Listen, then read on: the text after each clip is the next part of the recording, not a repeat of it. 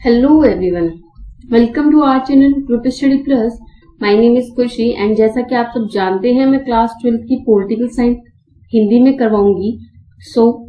हिंदी में करने के लिए पॉलिटिकल साइंस को इस चैनल को सब्सक्राइब करें, लाइक करें एंड अपने सारे फ्रेंड्स को शेयर करें। ओके, लास्ट वीडियो में हमने 6 क्वेश्चन तक कर लिए थे।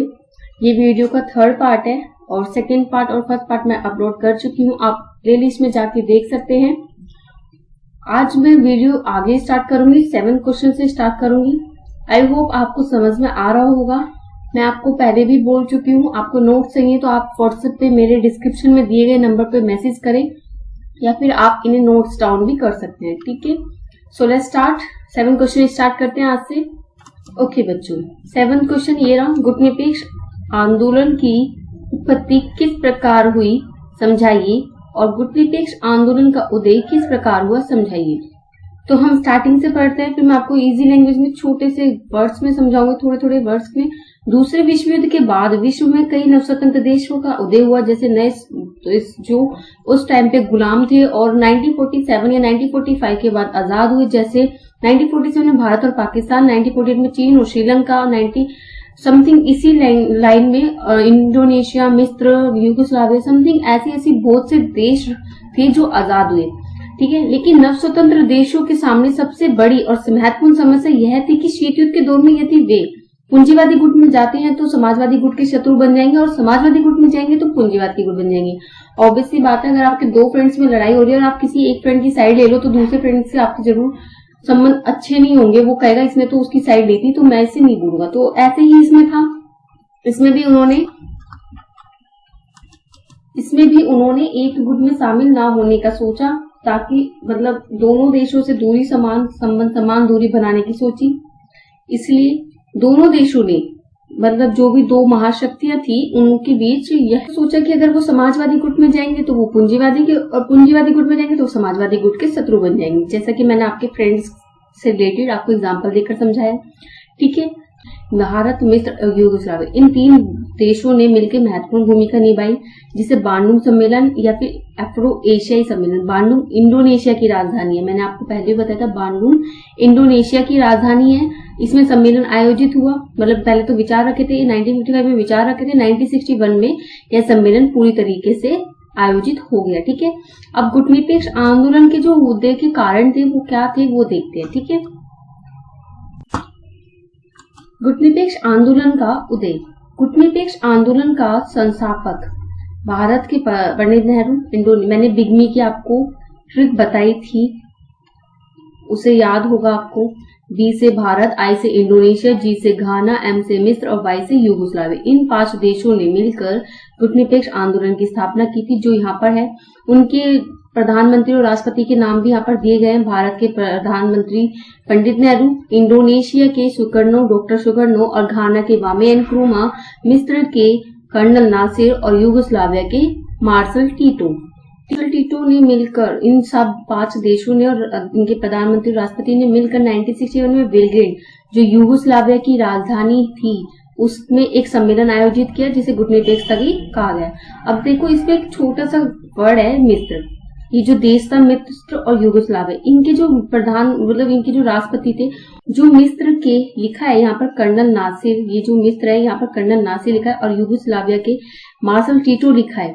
बट यहाँ पर मैं आपको बता दूं कि यहाँ पर इन्हें कर्नल नासिर भी बोला जाता था, मिस्र के राष्ट्रपति को, और गमाल अब्दुल नासिर भी बोला जाता। तो इनमें से आपको जो याद हो जाए वो याद लिख कर लीजिए। और यूगोस्लाविया के मार्शल टीटो या फिर जोसेफ ब्रोज टीटो ये भी बोला जाता था। ठीक है, इसमें कंफ्यूज मत होना, अगर आपको बुक में कोई और नाम मिल जाए, कर्नल नासिर या फिर गमाल अब्दुल नासिर हो सकता है, या यूगोस्लाविया के जोसेफ ब्रोज टीटो या मार्शल टीटो, ये भी। सेकेंड पॉइंट है प्रथम शिखर सम्मेलन। प्रथम शिखर सम्मेलन 1961 में हुआ था, वही गुटनिरपेक्ष आंदोलन। ठीक है, गुटनिरपेक्षता के देशों का प्रथम शिखर सम्मेलन 1961 की यूगोस्लाविया की राजधानी बेलग्रेड में हुआ। ये आपको बता चुकी हूँ, ये याद कर लीजिए, मैं आपको बहुत बार बोल भी चुकी हूँ। जिसमें विश्व के 25 देशों ने मिलकर भाग लिया।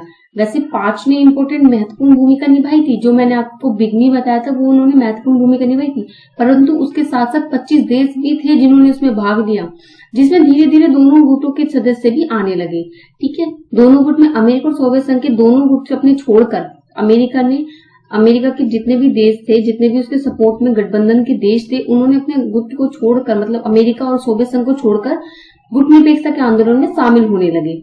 ठीक है, जिससे गुटनिरपेक्ष आंदोलन का विश्व में तेजी से विस्तार होने लगा और 2006 में हवाना के क्यूबा में, जो क्यूबा है ना, क्यूबा मैंने आपको छोटा सा द्वीपीय देश बताया था, उसके हवाना में 14वें सम्मेलन में 116 सदस्य और 15 पर्यवेक्षक देश शामिल हुए। इसका कहने का मतलब यही है कि जो गुटनिरपेक्ष आंदोलन है वो तेजी से विस्तार करने लगा। उसके जैसे जैसे देश बढ़ने लगे, 15 पर्यवेक्षक और 116 देश सदस्य बनने लगे, तो इनका गुटनिरपेक्ष आंदोलन का विस्तार होने लगा। थर्ड पॉइंट है नवस्वतंत्र देशों की उदय। अब नवस्वतंत्र देश जो थे, जो उस टाइम पे आजाद होते, उन्होंने ही तो मिलकर गुटनिरपेक्ष आंदोलन की नींव रखी थी। तो वो जो विश्व के शीत युद्ध के दौरान जब कई देश आजाद हुए थे, तो नवस्वतंत्र देशों ने शीत युद्ध के तनावपूर्ण स्थिति से दूर रहने के लिए 1961 में बिलग्रेड सम्मेलन के द्वारा गुटनिरपेक्ष आंदोलन की स्थापना की थी और 2 ध्रुवीय विश्व को चुनौती देने तथा तनावपूर्ण स्थिति को समाप्त करने हेतु गुटनिरपेक्ष आंदोलन का उदय हुआ था। ये भी एक पॉइंट था गुटनिरपेक्ष आंदोलन के उदय का, कि दोनों नवस्वतंत्र देशों ने दोनों ध्रुवीय विश्व को, अमेरिका और सोवियत संघ को चुनौती दी अपना तीसरा विकल्प उपलब्ध करवा के। कौन सा था वो तीसरा? गुटनिरपेक्ष आंदोलन। गुटनिरपेक्ष आंदोलन को तीसरी दुनिया भी कहते हैं क्योंकि वहां पर नवस्वतंत्र देश थे, जो भी उसमें मिले हुए थे वो नवस्वतंत्र देश थे। ठीक है, नेक्स्ट पॉइंट, क्वेश्चन नंबर 8, क्या गुटनिरपेक्षता, तटस्थता, अलगाववाद और पृथकतावाद की नीति है? स्पष्ट कीजिए। अब ये जो 3 वर्ड है ना, ये आपको इस क्वेश्चन में समझाऊंगी मैं। ठीक है, अब देखते हैं। जब कोई देश विश्व के मामलों से दूर कर लेता है और विश्व के विभिन्न गुटों से संबंध तोड़ लेता है और अंतर्राष्ट्रीय राजनीति में कोई रुचि नहीं रखता, तो ऐसी स्थिति को पृथकतावाद, तटस्थतावाद, अलगाववाद की नीति कहते हैं। अब अमेरिका था, उसने प्रथम विश्व युद्ध में अपने आप को अलग रखा विश्व से। वो किसी भी राजनीति, अंतर्राष्ट्रीय राजनीति में कोई रुचि नहीं रखता था, किसी भी देश से कोई संबंध नहीं रखता था और अपने विश्व मामलों से अलग रहता था। तो उसे तटस्थता, पृथकता और अलगाववाद की नीति कहते हैं। जो विश्व में सबसे कटकर रहता है, सबसे अलग रहता है, किसी भी चीज में हस्तक्षेप नहीं करता है, ना तो युद्ध में, ना किसी अंतर्राष्ट्रीय राजनीति में रुचि लेता है, तो उसे ही तटस्थता, अलगाववाद और पृथकतावाद की नीति कहते हैं। जैसे अमेरिका ने 1776 में से 1914 तक, ये लिखा 1914 तक, प्रथम विश्व युद्ध तक अंतर्राष्ट्रीय राजनीति से स्वयं को दूर रखा। बता चुके, अमेरिका ने अपना आप को अलग रखा, राजनीति, अंतर्राष्ट्रीय राजनीति से कोई रुचि नहीं रखी और विश्व में सबसे अलग रहा जब तक विश्व युद्ध स्टार्ट हुआ था। ठीक है, अब गुटनिरपेक्षता की नीति को पृथकतावाद, अलगाववाद और तटस्थतावाद की नीति नहीं कहा जा सकता। इसके क्या रीजन है मैं आपको वो बताने वाली हूँ, तो प्लीज इसे ध्यान से सुनना। फर्स्ट रीजन, गुटनिरपेक्ष देशों ने दोनों गुटों से भी शांति स्थापित करने की सक्रिय भूमिका निभाई है। जो गुटनिरपेक्ष आंदोलन है उसने दोनों गुटों में शांति स्थापित करने की सक्रिय भूमिका निभाते हैं, मतलब उन्होंने उस टाइम पे दोनों देशों को शांत करने के लिए एक महत्वपूर्ण भूमिका निभाई। सेकंड पॉइंट, गुटनिरपेक्ष देशों ने किसी सैनिक गुट के सदस्य नहीं थे, लेकिन फिर भी इसके संबंध दोनों गुटों से अच्छे थे। भारत के संबंध अगर देखें तो हमारे अमेरिका और सोवियत संघ दोनों से अच्छे थे, बट सोवियत संघ से ज्यादा अच्छे थे। अमेरिका से भी अच्छे थे बट सोवियत संघ से ज्यादा अच्छे थे, बट उन्होंने, जैसे नवस्वतंत्र देश थे, जो गुटनिरपेक्षता के देश थे, उन्होंने किसी से दुश्मनी नहीं करी, किसी के शत्रु नहीं बने। थर्ड पॉइंट, गुटनिरपेक्ष देशों ने शीत युद्ध में तनावपूर्ण स्थिति को दूर करने व समाप्त करने में तीसरे विश्व युद्ध के रोकने की महत्वपूर्ण भूमिका निभाई। जो गुटनिरपेक्षता के देश थे उन्होंने दोनों देशों को समझाया और कहा कि अगर तीसरा विश्व युद्ध हुआ तो शायद दुनिया को बचाना और विश्व को बचाना नामुमकिन होएगा, इसलिए युद्ध ना हो। और महत्वपूर्ण बात ये थी कि वहां पर शांति स्थापित करने के लिए गुटनिरपेक्ष देशों ने भी महत्वपूर्ण भूमिका निभाई। शीत युद्ध के दौरान उत्पन्न हुए संकटों को रोकने में गुटनिरपेक्षता के देशों ने महत्वपूर्ण। नेक्स्ट पॉइंट, गुटनिरपेक्ष देशों ने 2 ध्रुवीय विश्व को चुना। दूसरा विकल्प यही था कि गुटनिरपेक्ष देशों ने मिलकर कहा कि आप हमारे गुट में आ जाइए और इनसे इनका जो गुट है वो कमजोर पड़ने लग जाएगा और युद्ध की स्थिति भी टलती रहेगी। तो इसी सोच के इन्होंने गुटनिरपेक्ष आंदोलन ने तीसरी दो ध्रुवीय विश्व थे, अमेरिका और सोवियत संघ, इनको चुनौती दी। नंबर 9, नई अंतर्राष्ट्रीय आर्थिक व्यवस्था न्यू क्या थी और इसके उद्देश्य या मांग क्या थी। न्यू क्या था, जो नए देश थे उस टाइम पर आजाद हुए थे, उन्होंने यूएनओ से एक मांग की थी कि हमारे आर्थिक विकास के लिए सहायता प्रदान की जाए हमें, तो उसे ही न्यू कहा गया। तो दूसरे विश्व युद्ध के बाद 2 गुट थे, पूरी विश्व 2 गुट में विभाजित हो गया था। उसी समय विश्व के अनेक देश स्वतंत्र हुए थे, जैसे भारत, श्रीलंका, पाकिस्तान और चीन, ऐसे कई से देश आजाद हुए थे। तो उन्होंने दोनों देशों गुटों से दूर रहकर गुटनिरपेक्षता की नीति को अपनाया, जिससे 1961 में विश्व में तीसरे गुट यानी गुटनिरपेक्ष आंदोलन के अर्थात गुटनिरपेक्ष आंदोलन की स्थापना की। लेकिन गुटनिरपेक्ष आंदोलन के नव स्वतंत्र देश काफी गरीब व पिछड़े हुए थे, ठीक है, क्योंकि उनके अभी एक तो आजादी मिली थी उन्हें अभी, और ऊपर से उनके पास इतने पैसे नहीं थे कि वो अपने विकास को बढ़ावा दे सके। इसलिए उन्होंने यूएनओ से, जो सबसे बड़ा अंतर्राष्ट्रीय संगठन है, उससे सहायता मांगी, ठीक है। इसलिए नवस्वतंत्र देशों के बराबर आर्थिक विकास करने हेतु एक व्यवस्था की गई। इसलिए नवस्वतंत्र देशों के बराबर आर्थिक विकास करने हेतु एक व्यवस्था की योजना बनाई गई, क्योंकि गरीब देश अपनी अर्थव्यवस्था की पूर्ति करने हेतु विकसित देशों पर निर्भर थे। इसमें क्या हुआ, नवस्वतंत्र देशों ने अपने विकास के लिए एक आर्थिक योजना न्यू की मांग की, जिसमें वे विकसित देशों पर निर्भर थे कि हमें विकसित देश अपनी आर्थिक सहायता प्रदान करें, जिससे हम अपने विकास में बढ़ोतरी कर सके। तो इसलिए तीसरी दुनिया के देशों ने विकसित देश पर अपनी निर्भरता समाप्त करने व अपने विकास के लिए यूएनओ से न्यू की मांग की, ठीक है। यूएनओ एक सबसे बड़ा अंतर्राष्ट्रीय संगठन है जो सबके प्रॉब्लम सॉल्व करता है, देशों में सबकी प्रॉब्लम सॉल्व करता है, ठीक है। अब नई अंतर्राष्ट्रीय आर्थिक व्यवस्था के बारे में थोड़ा सा जानेंगे हम। ओके बच्चों, देखते हैं नई अंतर्राष्ट्रीय आर्थिक व्यवस्था। शीत युद्ध के दौरान तीसरी विश्व दुनिया के देशों ने अपने विकास हेतु एक व्यवस्था की योजना बनाई थी, जिसे नई अंतर्राष्ट्रीय आर्थिक व्यवस्था न्यू कहा गया।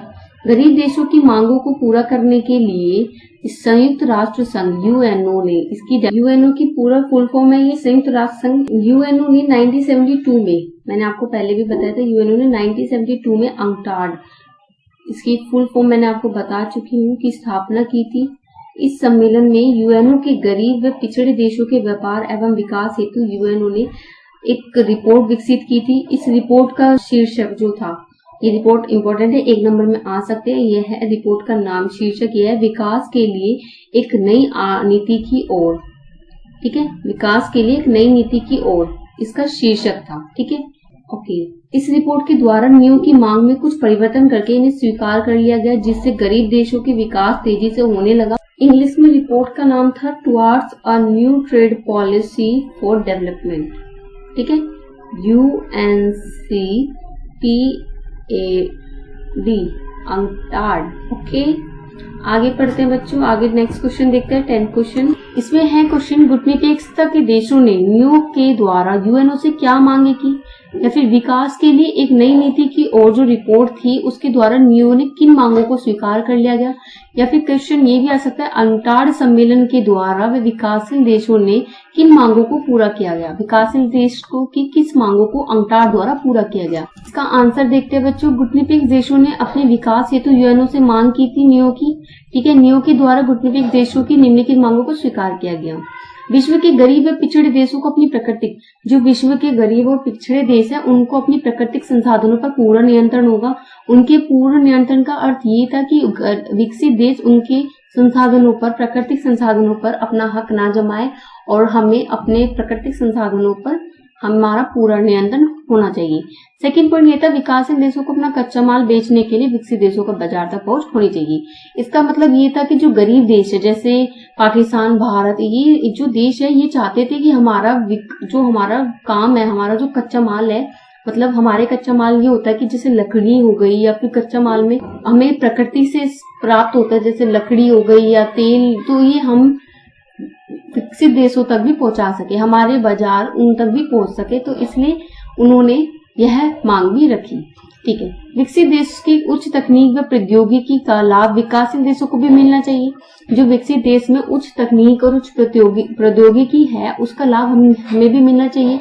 उनकी जो कंपनी है वो जो हमारे भारत में भी आनी चाहिए, या फिर गरीब देशों में भी आनी चाहिए, और हमारे प्रौद्योगिकी और तकनीक पर हमारा भी उन पर हक मिलना चाहिए। फोर्थ पॉइंट, विकसित देशों के विनिर्मित माल और विकासशील देशों के कच्चे माल की कीमत बिना अंतरों के होनी चाहिए।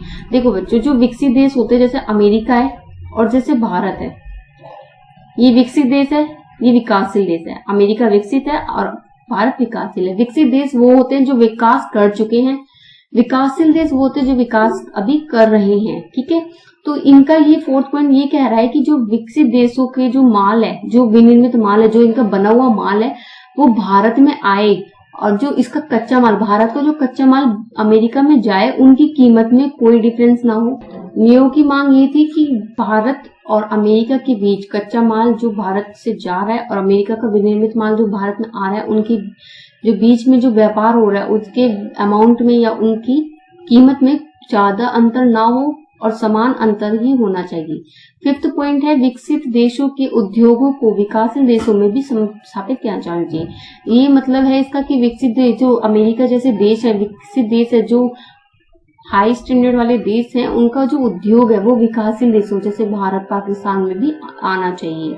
मतलब कंपनीज की बात हो रही है कि कंपनीज यहाँ पर भी ओपन होनी चाहिए। विश्व के अंतर्राष्ट्रीय संगठन व दोनों गुटों द्वारा विकासशील देशों को भी विकसित देशों के बराबर प्रतिनिधित्व शक्तियां मिलनी चाहिए। जो विश्व के अंतर्राष्ट्रीय संगठन है जैसे यूएनओ हो गया और काफी बहुत से संगठन है, वो 6 चैप्टर में पढ़ने को मिलेंगे आपको। दोनों गुटों द्वारा विकासशील देशों को भी विकसित देशों के बराबर का प्रतिनिधित्व होना चाहिए, उनमें बराबर की शक्तियां प्रदान होनी चाहिए, बराबर फैसले लेने का पूरा प्रतिनिधित्व होना चाहिए। 7 पॉइंट है, विश्व के अंतर्राष्ट्रीय संगठनों व दोनों गुटों द्वारा विकासशील देशों के विकास हेतु आर्थिक सहायता व अंतर्राष्ट्रीय कानून में विशेष छूट मिलनी चाहिए। जो नियो ने मांग की थी वो ये भी थी कि अंतर्राष्ट्रीय संगठनों में और दोनों गुटों द्वारा विकासशील देशों को विकास हेतु जो विकसित देश है ना, दोनों जब विकसित देश जैसे सोवियत संघ और अमेरिका की बात हो रही है यहाँ पर, जैसे इन दोनों से विकास हेतु आर्थिक सहायता प्रदान करने के लिए ये मांग की गई थी कि हमें आर्थिक सहायता प्रदान की जाए। ओके, नेक्स्ट क्वेश्चन देखते हैं। शीत युद्ध के दौर में महाशक्ति छोटे व कमजोर देशों के साथ सैनिक गठबंधन क्यों रखती थी? इंपॉर्टेंट क्वेश्चन है, थोड़ा ध्यान से समझिएगा। शीत युद्ध के दौर में किन कारणों से शक्तिशाली देश गरीब देशों के अपनी साथ मिलाना चाहते थे? क्यों मिलाना चाहते थे? बड़ी बड़ी महाशक्तियां मैंने आपको बता चुकी हूँ, उसके छोटे छोटे पॉइंट्स हैं यहाँ पर आपको समझने को मिलेंगे। अब निम्नलिखित कारणों से छोटे व कमजोर देशों को साथ गठबंधन करती थी। ये निम्नलिखित लिखना इंपॉर्टेंट है क्योंकि आप इससे अपने क्वेश्चन को अच्छे से लिख पाओगे। फर्स्ट पॉइंट पे आते हैं कि जो दो महाशक्तियां बढ़ रही थी वो छोटे देशों से खनिज संसाधन, प्राकृतिक संसाधन और अपनी प्राकृतिक संसाधन को प्राप्त करना चाहती थी, इसलिए वो अपने महाशक्तियों में छोटे देशों को मिलाना चाहती थी। सेकंड पॉइंट, सैनिक खर्चे को कम करना चाहती थी, क्योंकि अगर बहुत से देश मिलकर सैनिक खर्चा करेंगे तो हर इंडिविजुअल देश पे कम खर्चा आएगा। ठीक है। थर्ड पॉइंट, विश्व में जो संपूर्ण भाग में जो नए नए सैनिक अड्डों का निर्माण करना चाहती थी। सैनिक अड्डे वो ही जैसे किसी भी देश में अपनी मिसाइलों को तैनात कर दिया कि अगर हमला होता है तो ये मिसाइलें उस टाइम पे काम आएंगी। ठीक है, इसलिए वो अपने साथ गठबंधन में शामिल करती थी महाशक्तियां छोटे देशों को। फोर्थ पॉइंट, अपनी विचारधारा अर्थव्यवस्था को फैलाने के लिए, बढ़ावा देने के लिए, प्रचार करने के लिए, प्रसार करने के लिए कई देशों को अपने महाशक्तियां मिलाती थी। फिफ्थ पॉइंट देखते हैं। फिफ्थ पॉइंट में लिखा है अपने विरोधी गठबंधन की जासूसी करने के लिए भी ये महाशक्तियां छोटे देशों को अपने साथ गठबंधन में शामिल करती थी। जासूसी करने के लिए का क्या मतलब है कि जैसे दूसरा जो विरोधी दल है, जो विरोधी विचारधारा है, उसकी जासूसी करने के लिए कि उसके देश में क्या चल रहा है, ऐसी चीजों को करने के लिए वो अपनी महाशक्तियां छोटे देशों को भी अपने में शामिल कर लेती थी। नेक्स्ट क्वेश्चन देखते हैं। विश्व के गरीब व पिछड़े देश, जो गरीब और पिछड़े देश है, वो महाशक्तियों के द्वारा बनाए गए सैनिक संगठन में शामिल क्यों हो रहे थे? पहले हमने क्वेश्चन पढ़ा था कि महाशक्ति अपने उनमें क्यों शामिल करी थी, बट अब हम देखेंगे कि महाशक्तियों में क्यों शामिल हो रहे थे, उनका क्या प्रॉफिट था कि वो अपनी स्वतंत्र नीति को छोड़कर दूसरे गुट में शामिल हो रहा है। तो अब नेक्स्ट देखते हैं, आंसर ये रहा। विश्व के गरीब व पिछड़े देश महाशक्तियों द्वारा बनाए गए सैनिक गठबंधन के संगठन में शामिल निम्नलिखित कारणों से हो रहे थे। देखते हैं। विश्व के गरीब देश महाशक्तियों के द्वारा अपनी सुरक्षा को देखते हुए कि अगर दूसरा कोई युद्ध कर देता है तो हम बीच में ना फंसे और हमें सपोर्ट करने के लिए हमारी एक महाशक्ति हमारी हेल्प कर सके। ठीक है। सेकेंड पॉइंट है उच्च तकनीक और प्रौद्योगिकी की प्राप्त करने के लिए। जो महाशक्तियां थी उनकी उच्च तकनीक और प्रौद्योगिकी को प्राप्त करने के लिए, अगर आपको मैंने बताया था कि 2 गुट में बैठ चुका था विश्व, तो अमेरिका को जो सपोर्ट कर रहा था, तो अमेरिका तो उसकी हेल्प करेगा क्योंकि वो उसको सपोर्ट कर रहा है और उसकी विचारधारा को फॉलो कर रहा है, तो इसलिए उसकी उच्च तकनीक और प्रौद्योगिकी को प्राप्त करने के लिए महाशक्तियों में अपने शामिल होते थे छोटे देश। थर्ड पॉइंट है अपनी गरीबी और बेरोजगारी को दूर करने के लिए भी गठबंधन में शामिल होते थे। गरीबी और बेरोजगारी को दूर करने शामिल क्यों होते थे? क्योंकि उनको पता था कि जो महाशक्ति है वो बहुत ज्यादा ही रिच है, अमीर है, बहुत पैसे हैं और वो हमारी जरूर सपोर्ट करेगी, हमें पैसों से मदद करेगी, इसलिए वो उन महाशक्तियों में छोटे छोटे देश शामिल होते थे। अब फोर्थ पॉइंट देखते हैं, विश्व के जो गरीब देश थे वो महाशक्तियों में शामिल होने के लिए सैनिक हथियार व तकनीक आदि प्राप्त करना चाहते थे। सैनिक हथियार और तकनीक प्राप्त करना चाहते थे, इसलिए वो महाशक्तियों में शामिल होते थे। फिफ्थ पॉइंट है अपनी आर्थिक सहायता करना चाहते थे, अपनी आर्थिक सहायता महाशक्तियों से प्राप्त करना चाहते थे, अपनी अर्थव्यवस्था को विकसित करना चाहते थे, इसलिए वो महाशक्तियों में शामिल होते थे। ओके बच्चों, नेक्स्ट क्वेश्चन देखते हैं। नेक्स्ट क्वेश्चन है शीत युद्ध के दौरान विश्व में भारत की भूमिका का वर्णन कीजिए। अब हमारे प्यारा भारत के बारे में पूछा जा रहा है कि भारत ने क्या भूमिका निभाई 1945 से 1991 तक शीत युद्ध के दौर में भारत की क्या महत्वपूर्ण भूमिका थी वो बताइए। ठीक है, आप क्वेश्चन पढ़ चुके हैं, आंसर देखते हैं। शीत युद्ध के दौर में भारत ने गुटनिरपेक्षता आंदोलन से महत्वपूर्ण भूमिका निभाई थी, क्योंकि भारत भी एक महत्वपूर्ण देशों में से एक था जिसने गुटनिरपेक्ष आंदोलन की स्थापना की थी। ठीक है, अब फर्स्ट पॉइंट ये देखते हैं शीत युद्ध से दूर रहा। जो भारत था हमारा, वो शीत युद्ध के दौरान भारत न हमेशा दूर रहा। शीत युद्ध के दौरान भारत ने तटस्थता अलगाववाद की नीति नहीं अपनाई थी, क्योंकि तटस्थता अलगाववाद की नीति यह हो जाती है कि वो दोनों ही गुटों से बिल्कुल ही अलग कटकर रह रहा है, उसे विश्व से कोई मतलब नहीं है, वो अपने देश में है, सिर्फ अपने देश से मतलब है और उसे विश्व से किसी से मतलब नहीं। बट भारत ने तटस्थता अलगाववाद की नीति नहीं अपनाई थी, क्योंकि भारत ने दोनों देशों के बीच मतलब दोनों गुटों के बीच शांति स्थापित कर रही थी और इन दोनों से ही समान संबंध, समान दूरी और समान संबंध स्थापित किए थे और गुटनिरपेक्षता की नीति का भी समर्थन किया था। और इसमें ना ही अमेरिका गुट का सदस्य बना भारत, ना ही सोवियत संघ के गुट का सदस्य बना, और दोनों गुटों से समान संबंध, समान दूरी, अच्छे संबंध बना के रखे। सेकेंड पॉइंट है गुटनिरपेक्ष आंदोलन की स्थापना। भारत ने भी एक महत्वपूर्ण भूमिका निभाई है गुटनिरपेक्ष आंदोलन की स्थापना में। तो भारत को इसलिए ही कहा जाता है कि वो गुटों से सही संबंध बना के रखा था और उस सही संबंध से बना के रखने से उसने समान दूरी, समान संबंध बनाया, जिससे उसे हेल्प भी मिल रही थी, उन्हें आर्थिक व्यवस्था के लिए दोनों गुटों से समान वो भी मिल रहा था। ठीक है, संबंध अच्छे थे उनके दोनों गुटों से, भारत के सोवियत संघ से भी और अमेरिका से भी। 1961 में आपको बता चुकी बेलग्रेड सम्मेलन, इसे पूरा पढ़ोगे आपको अच्छे से याद आ जाएगा कि आपने क्या क्या कहाँ पढ़ा। ठीक है, ओके, नेक्स्ट पॉइंट देखते हैं। थर्ड, गुटनिरपेक्षता की लोकप्रियता में वृद्धि। अब आपको पता है भारत शीत युद्ध के दौर में दोनों गुटों से दूर रहा था, गुटनिरपेक्षता की नीति के द्वारा दोनों गुटों से समान दूरी व समान संबंध स्थापित की और इसका प्रयोग भारत ने विश्व में गुटनिरपेक्ष आंदोलन की लोकप्रियता बढ़ाने के लिए किया। भारत ने दोनों गुटों के सदस्य देशों व नवस्वतंत्र देशों को गुटनिरपेक्ष आंदोलन की विशेषता बताते हुए उन्हें गुटनिरपेक्ष आंदोलन की ओर आकर्षित किया। उन्होंने उसे, जो नवस्वतंत्र देश थे, उन्होंने उससे कहा कि यह गुट में बहुत सही है, क्योंकि इसमें ना तो किसी देश के युद्ध की कोई मतलब भय की स्थिति रहेगी और ना कुछ, इसलिए आप इसमें सेफ भी हैं। तो बहुत से देश आकर्षित हुए गुटनिरपेक्ष आंदोलन की तरफ और वो गुटनिरपेक्ष आंदोलन में मिल गए, जिससे गुटनिरपेक्ष आंदोलन संपूर्ण विश्व में लोकप्रिय होने लगा और दोनों गुटों की, सोवियत संघ और अमेरिका की शक्ति कमजोर पड़ती गई। फोर्थ पॉइंट देखते हैं, गुटों में संतुलन स्थापित करने में भारत की भूमिका। जो दोनों गुट थे, जो दोनों गुट मतलब सोवियत संघ और अमेरिका, इनके बीच में एक संतुलन स्थापित करने के लिए भारत ने महत्वपूर्ण भूमिका निभाई। कैसे?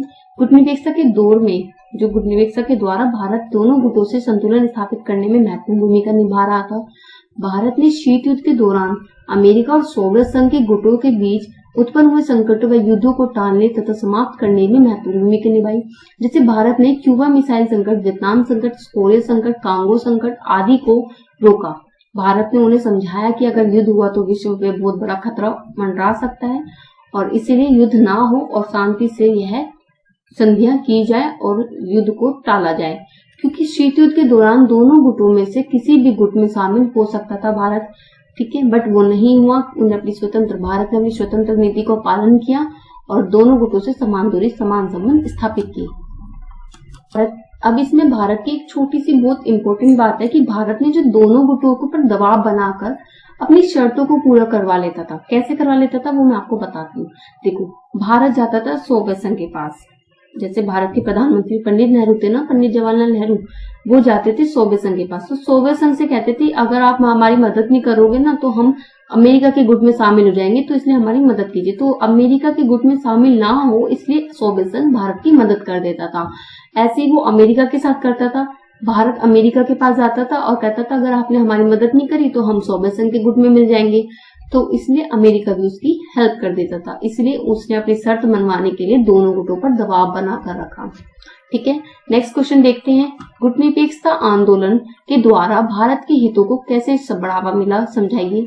शीत युद्ध के दौरान भारत के हितों को कैसे बढ़ावा मिला, समझाइए। अब भारत के हितों को बढ़ावा मतलब भारत की कैसे वैल्यू बढ़ी, कैसे क्या हुआ वो समझते हैं इस क्वेश्चन में, ठीक है। शीत युद्ध के दौरान भारत ने गुटनिरपेक्षता की नीति को अपनाया था। गुटनिरपेक्ष आंदोलन का प्रतिनिधित्व कर रहा था भारत, और जिससे भारत के गुटनिरपेक्ष आंदोलन में निम्न लाभ हुए। जो भारत ने गुटनिरपेक्ष आंदोलन में साथ दिया था तो उससे निम्न लाभ हुए थे। किसको? भारत को। देखते हैं बच्चों। फर्स्ट पॉइंट, अंतर्राष्ट्रीय संगठन में सम्मान। जो विश्व का अंतर्राष्ट्रीय संगठन है, सम्मान मिला उसमें। शीत युद्ध के दौरान भारत किसी भी गुट में सदस्य नहीं बना और तीसरे गुट का निर्माण करके अंतर्राष्ट्रीय स्तर पर दोनों गुटों से समान दूरी व समान संबंध स्थापित किए, जिससे भारत सभी अंतर्राष्ट्रीय मुद्दों पर निष्पक्षता, स्वतंत्रता व न्यायपूर्ण तरीके से निर्णय ले सके, जिससे विश्व के सभी देश भारत को एक न्यायपूर्ण व सम्मानपूर्ण देश मानने लगे और भारत की वाहवाह होने लगी, ठीक है। इससे भारत के हितों को बढ़ावा मिला, इससे भारत की वैल्यू अप हो गई, मतलब बढ़ गई। सेकंड पॉइंट देखते हैं, दोनों गुटों से अच्छे संबंध। भारत ने दोनों गुटों से अच्छे संबंध बनाए। ये नहीं कि वो किसी एक गुट में शामिल हो गया, नहीं, उसने दोनों गुटों से समान संबंध, समान दूरी बना के अपने दोनों देशों को मित्र बनाया और दोनों देशों से मदद ली। इसमें आप पढ़ोगे शीत युद्ध के दौरान भारत दोनों गुटों से समान दूरी समान संबंध बनाए हुए था। वह किसी भी गुट को सदस्य नहीं था, इसलिए अमेरिका व सोवियत संघ भारत को अपनी मित्र देश मानते थे। और इसके अतिरिक्त भारत ने दोनों गुटों के बीच संतुलन स्थापित भी किया, जिससे दोनों गुटों से भारत के संबंध सुधरने लगे और भारत अमेरिका व सोवियत संघ के सदस्य देशों का भी मित्र बन गया, जिससे भारत की छवि को अच्छा वैल्यू मिली। थर्ड पॉइंट देखते हैं बच्चों, दोनों गुटों से आर्थिक सहायता। आर्थिक सहायता आपको पता है वो दोनों गुटों पे दबाव बनाकर आर्थिक सहायता प्रदान करता था, इसलिए उसने नियोग की मांग की थी। भारत जैसे कई देशों ने, गुटनिरपेक्ष देशों ने मिलकर विकास हेतु नियोग की मांग की, जिसे यूएनओ ने पूरा किया। और आर्थिक सहायता तक, और उन्होंने विकसित देशों से आर्थिक सहायता, तकनीक, प्रौद्योगिकी इत्यादि प्राप्त करने के लिए भारत की सहायता की विकसित देशों ने। इसलिए भारत के विकसित देशों इसलिए भारत ने गुटनिरपेक्ष देशों के विकास हेतु नियोग की मांग को पूरा करने के लिए दोनों गुटों से सहायता प्राप्त की। ओके, नेक्स्ट क्वेश्चन देखते हैं। एलटीबीटी जो संधि हुई थी 1962 में क्या थी, संक्षेप में समझाइए, ठीक है। 1962 में क्यूबा मिसाइल संकट के बाद अमेरिका व सोवियत गुट के बीच संबंधों को सुधरने लगे। 1962 में क्यूबा मिसाइल संकट हुआ था ना, आपको याद हो तो 1962 में ही क्यूबा मिसाइल संकट को टालते हुए अमेरिका और सोवियत संघ के बीच संबंध सुधरने लगे थे। इसलिए दोनों ने हथियारों की होड़ पर नियंत्रण लगाने लगे, ठीक है। मतलब हथियार ना बनाने के लिए और परीक्षण ना करने के लिए दोनों ने ही संधिया व समझौते किए, जिससे वैश्विक पर्यावरण व मानव जाति के विनाश को रोका जा सके। और इसलिए 1963 में अमेरिका व सोवियत संघ के बीच 1963 में एक हस्ताक्षर हुए, ठीक है। उस संधि को अनुसार, जो ये संधि है एलटीबीटी, इस संधि के अनुसार वायुमंडल मतलब हवा में या फिर समुद्र में या जंगल में या मैदान में या जल में आदि कहीं भी परमाणु हथियारों का सामान्य हथियार के परीक्षण प्रयोग पर प्रतिबंध लगा दिया गया, जिससे विश्व के हथियार की होड़ पर प्रतिबंध लगा दिया। इसमें यह था कि सभी देशों में यह लागू कर दिया गया कि ना तो कोई हवा में, ना कोई समुद्र में, ना कोई जल में, ना कोई मैदान में, ना कोई जंगल में, कहीं भी परमाणु हथियारों का प्रयोग या फिर परमाणु हथियारों का परीक्षण या टेस्ट नहीं किया जा सकता। और इस संधि को सबको मानना पड़ेगा। सब देशों ने हस्ताक्षर किए। सोवियत संघ और अमेरिका के बीच ये हुई थी और इसी को देखते हुए परमाणु परीक्षणों पर प्रतिबंध लगाया गया।